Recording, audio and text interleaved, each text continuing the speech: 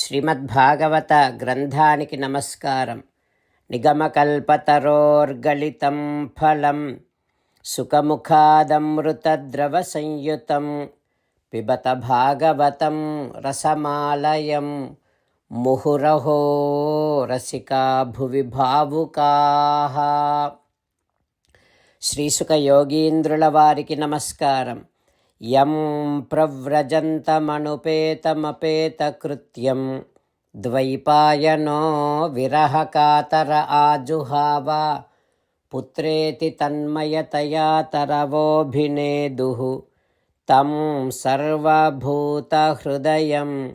మునిమానతోస్మి.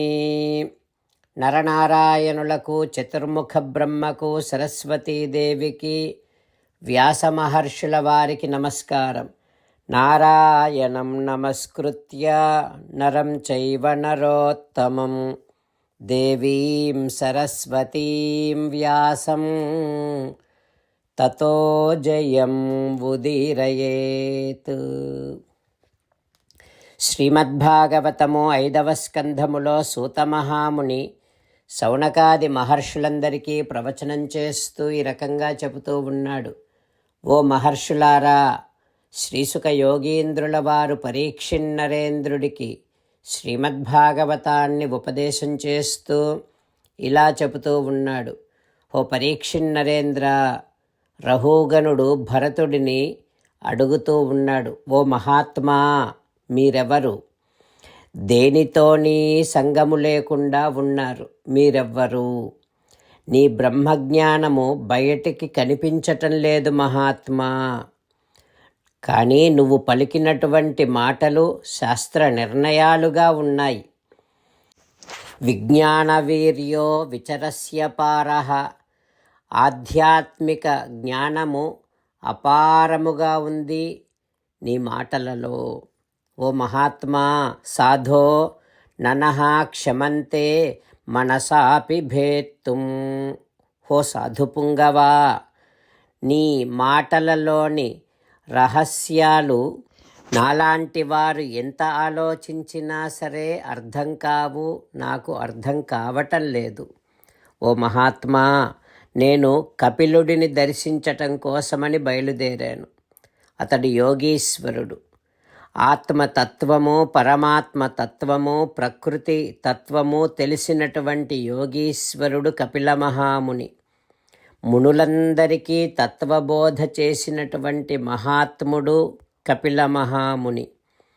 శ్రీమన్నారాయణుడి జ్ఞానాంశ చేత అవతరించినటువంటి మహానుభావుడు కపిల మహాముని.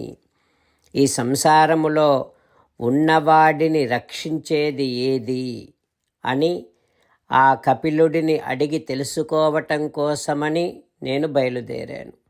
అయితే ఆ కపిలుడే నీ రూపములో ఇక్కడ నాకు కనిపిస్తున్నాడా అని అనిపిస్తుంది. ఓ మహాత్మా, ప్రాపంచిక వస్తువుల యందు మాత్రమే ఆసక్తి కలిగి ఉండే నాలాంటి మందబుద్ధులకు యోగీశ్వరుల స్వరూపము, స్వభావము వెంటనే తెలియదు, వారిని నేను గుర్తించలేను.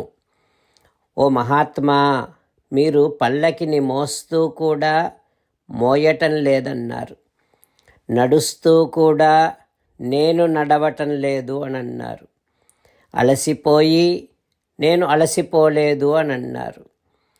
ఆ మాటలను గురించి నాకు వివరించి చెప్పవా అని రహూగణుడు భరతుడిని అడుగుతూ ఉన్నాడు. ఆ తర్వాత ఏం జరుగుతుందో రేపు తెలుసుకుందాం. ఓం శ్రీకృష్ణ పరబ్రహ్మణే నమః.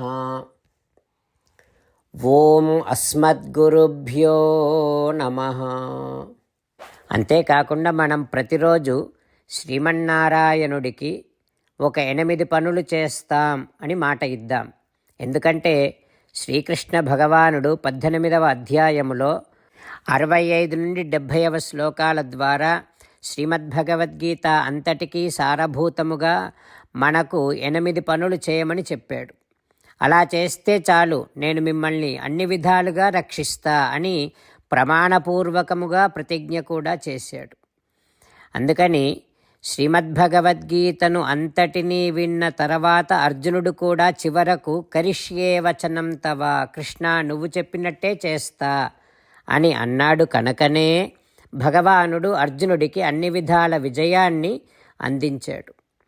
మనం కూడా ప్రతిరోజు శ్రీమన్నారాయణుడికి ఆ రకంగానే మాట ఇద్దాం. 8 పనులు చేస్తాం అని మనము మాట ఇస్తే అది అష్టాక్షరీ మహామంత్ర జపము చేసినటువంటి ఫలితాన్ని మనకు ప్రతిరోజు ఇస్తుంది. ఇట్లా మాట ఇవ్వటం కంటే గొప్ప పూజ, యజ్ఞము, తపస్సు మరొక్కటి లేనే లేదు. అందుకని నేను అంటూ ఉంటాను, మీరు మనస్సులో భావిస్తూ ఉండండి. ఈ రకంగా మనము మాట ఇస్తూ ఉంటే శ్రీకృష్ణ భగవానుడి ముఖారవిందములో కలిగేటటువంటి ఆనందాన్ని మనం ప్రతిరోజు దర్శిద్దాం, ఆస్వాదిద్దాం. జై శ్రీమన్నారాయణ. హో శ్రీమన్నారాయణ, నువ్వు చెయ్యమన్నట్టే నేను నిన్నే సంతతము ధ్యానము చేస్తూ ఉంటా. హో శ్రీమన్నారాయణ, నువ్వు చెప్పినట్టే నేను నీ భక్తుడిగానే ఉంటా. హో శ్రీమన్నారాయణ, నువ్వు చెయ్యమన్నట్టే నేను నా విధులను, కర్తవ్యాలను నీ సేవగా, నీ తృప్తి కోసమనే సక్రమంగా నిర్వర్తిస్తూ ఉంటా. హో శ్రీమన్నారాయణ, నువ్వు చెప్పినట్టే నేను నీవాడిని అనే మహావిశ్వాసముతో నీకే నమస్కరిస్తూ ఉంటా. హో శ్రీమన్నారాయణ, మామేకం శరణం వ్రజ, నన్ను ఒక్కడిని మాత్రమే శరణు వేడుకో అని నువ్వే అన్నావు కనుక నేను నిన్ను ఒక్కడిని మాత్రమే శరణు వేడుకుంటా. హో శ్రీమన్నారాయణ, మా శుచః, ఇక దుఃఖించకు అని నువ్వే నాకు భరోసా ఇస్తున్నావు కనుక నేను ఇక దుఃఖించను. హో శ్రీమన్నారాయణ, నువ్వు చెప్పినట్టే నువ్వు నా కోసమని అనుగ్రహించినటువంటి శ్రీమద్భగవద్గీతను ప్రతిరోజు కనీసము 1 శ్లోకాన్నైనా జ్ఞాపకం చేసుకుంటూ శ్రీమద్భగవద్గీతను అనుసంధానము చేస్తూ ఉంటా. హో శ్రీమన్నారాయణ, నువ్వు చెప్పినట్టే నువ్వందరి కోసమని చెప్పినటువంటి శ్రీమద్భగవద్గీతను తెలియని భక్తులందరికీ తెలియచేసే నా వంతు ప్రయత్నాన్ని నేను నిరంతరము కొనసాగిస్తూనే ఉంటా. హో శ్రీమన్నారాయణ, నేను నువ్వు చెప్పినట్టే చేస్తా, నీకు నచ్చినట్టే ప్రవర్తిస్తా, నీకోసమే పని చేస్తూ ఉంటా. కరిష్యే వచనం తవ. జై శ్రీమన్నారాయణ. భక్తులకు ప్రత్యేకమైనటువంటి విజ్ఞాపన. మీకు అన్ని విషయాలలో వెంటనే మంచి ఫలితాలు రావాలి అనంటే ప్రతిరోజు 1 నిమిషం వెచ్చించి నారాయణాస్త్రాన్ని చదవండి. ఇక మీకు తిరిగే ఉండదు. నారాయణాస్త్రాన్ని పొందడానికి మీరేం చేయాలంటే నారాయణాస్త్రం అనే వెబ్సైట్కి వెళ్ళి మీ పేరు, మీ ఈమెయిల్ ఇస్తే మీ ఈమెయిల్కి నారాయణాస్త్రం PDF వస్తుంది. అందులో ఒక రామాయణ శ్లోకం, ఒక గీతా శ్లోకం, ఒక విష్ణునామం ఉంటాయి. ఆ 3ంటిని కలిపి నారాయణాస్త్రం అంటాం. ప్రతి ఒక్కరికి వేరువేరు శ్లోకాలను ఇస్తున్నాం. ఆ రకంగా ఎవరి శ్లోకాన్ని వారు ప్రతిరోజు తప్పనిసరిగా చదవటం వలన ప్రతిరోజు ప్రతి 24,000 భక్తులతో ఒకసారి సంపూర్ణ రామాయణ పారాయణ, 33 సార్లు శ్రీమద్భగవద్గీత పారాయణ, 24 సార్లు శ్రీ విష్ణు సహస్రనామ స్తోత్ర పారాయణ జరుగుతుంది. ప్రతి ఒక్కరికి అంతటి విశేష ఫలితము ప్రతిరోజు లభిస్తుంది. అందుకని మీరు, మీ కుటుంబ సభ్యులు అందరూ ఒక్కొక్కరు ఒక్కొక్క నారాయణాస్త్రాన్ని వెంటనే పొందండి. జై శ్రీమన్నారాయణ.